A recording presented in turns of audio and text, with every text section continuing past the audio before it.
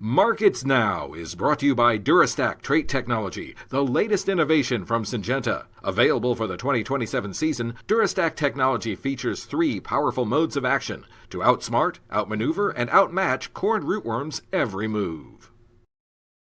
And welcome to Markets Now. I'm Michelle Rook with Brad Kooima of Kooima Varilek, and just about everything's lower except for the cattle market here to start off on Monday.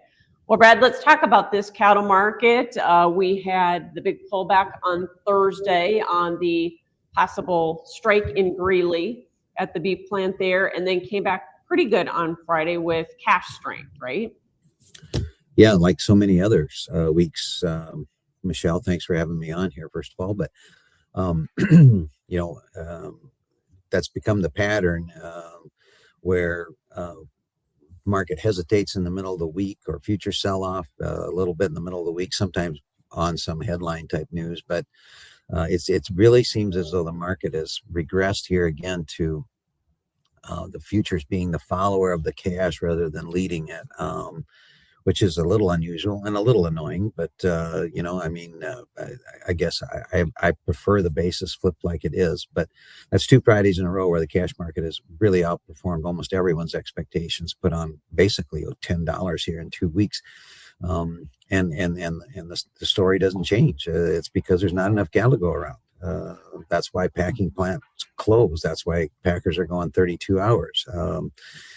The numbers, like I've been saying, I think they're the tightest of the whole cycle here right now, where we are anyway. And of course, the South is going on 14 months, of course, with the border being closed. So we're still there. Now, at some point, I guess I'm gonna say this just because I want people to still be careful. I want them to remember 2015. So the analogy I quite often use is, most of you guys that are watching this, or people that are watching this, will have experienced a drought market, right? Where the market takes off because it's dry. The 6 to 10 day forecast is dry. It takes off even more, blah, blah, blah, blah, blah. And then all of a sudden it just stops going up. And then, usually what I hear on my side of the phone there is that, well, don't these people know there's a drought? And I say, yeah, that's why it's this high. At some point, this bullish news, which is real, right? The supply is very good. Yeah, at some point it's going to be in the market here. So I don't know. Yeah, I like the market right now, but use your head. No doubt. We should also point out, I think the feeder cattle cash index is still at record highs, though. Is that right? The purest farmer price discovery is at a sale barn. Yes, cash feeder cattle are just absolutely relentlessly strong. As somebody that is a cattle feeder himself, feeder cattle always feel like, well, they're kind of high, right? But I mean, they're more than kind of high. They're really high. And I think that's reflective of the confidence maybe on the part of the guy that's buying them, and or the need to fill feedlots. A lot of this competition is coming from the big commercials. A lot of this competition at the sale barns is coming from our neighbor to the north, as they continue to try to restock their supplies there in Canada too. So yeah, it's incredible strength in both the live cattle and in the feeder cattle cash markets. Okay. Do you think cash will be higher in the Fed market again this week? I do. I think we have a shot at more general 245 across the north. There was a bit of that in the south last week.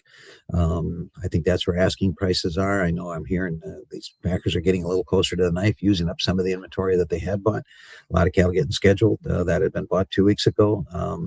I think that there's multiple packers that are going to be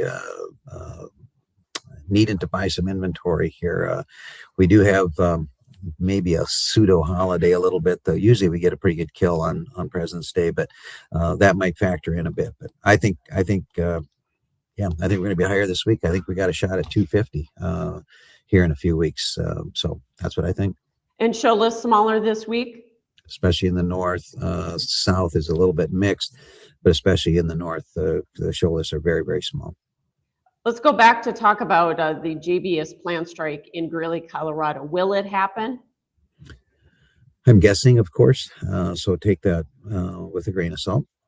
But if you just kind of think about it a little bit, the way I would think about it, they've been negotiating for 8 months, haven't been able to come up with a deal. If you're a packer, where numbers are tight. You're forced to pay more than you want to for live cattle. What you are killing is losing money. I mean, it wouldn't be the worst time in the world for a work stoppage, right, for a little while.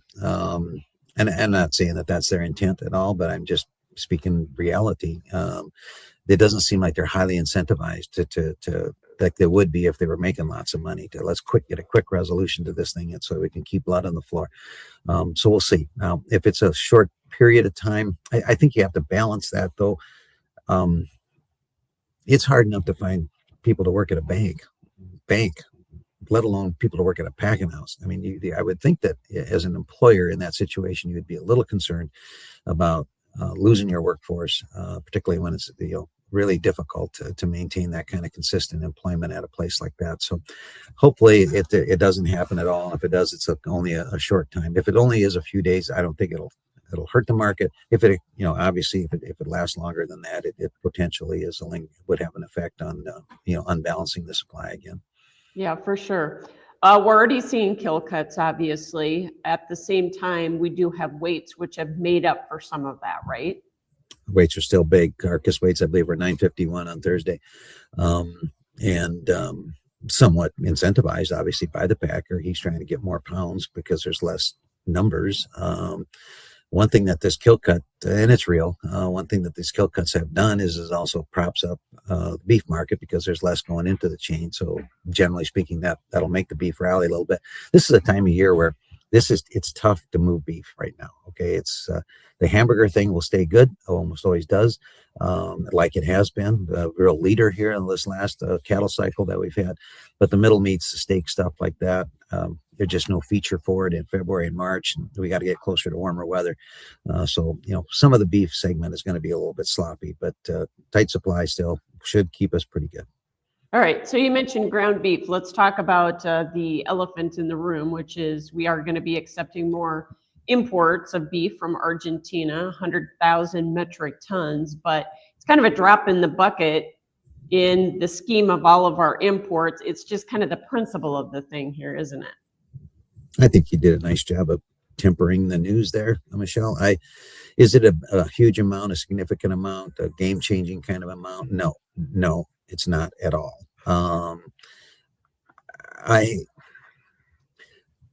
No point in me being real political here, but I am extremely, extremely frustrated with this whole notion that beef is too high.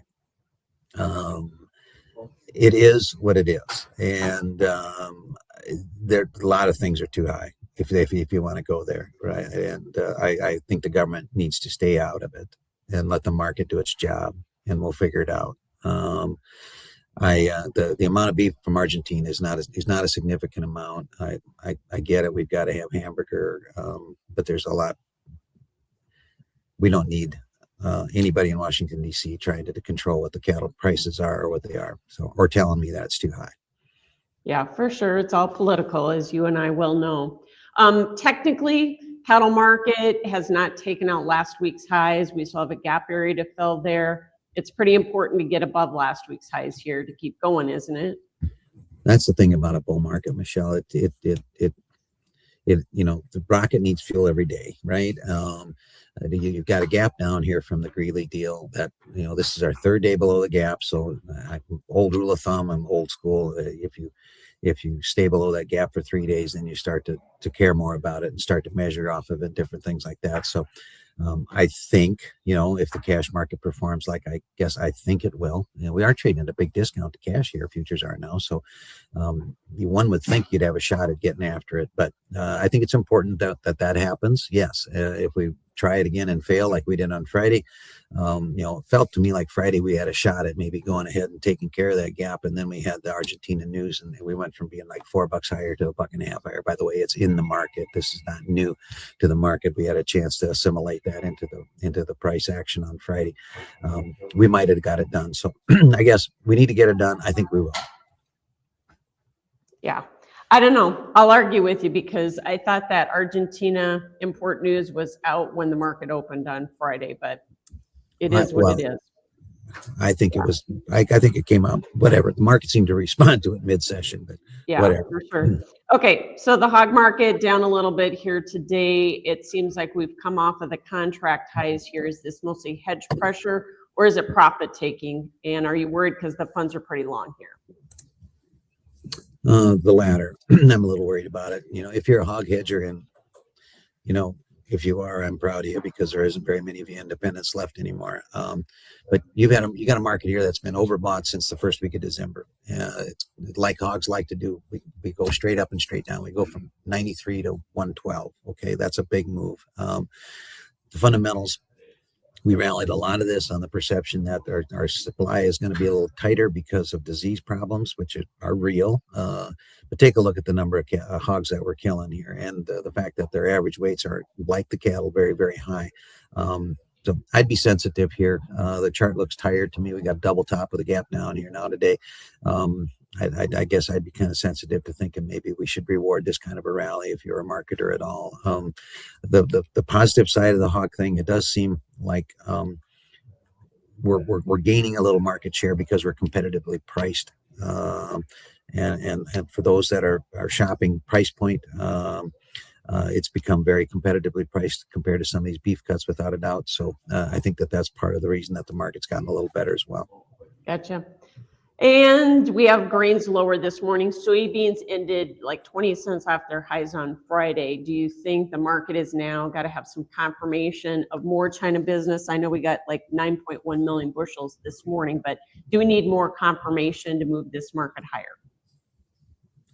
Well, you and I have been talking about stuff like this for a long time, Michelle, and I think we agree that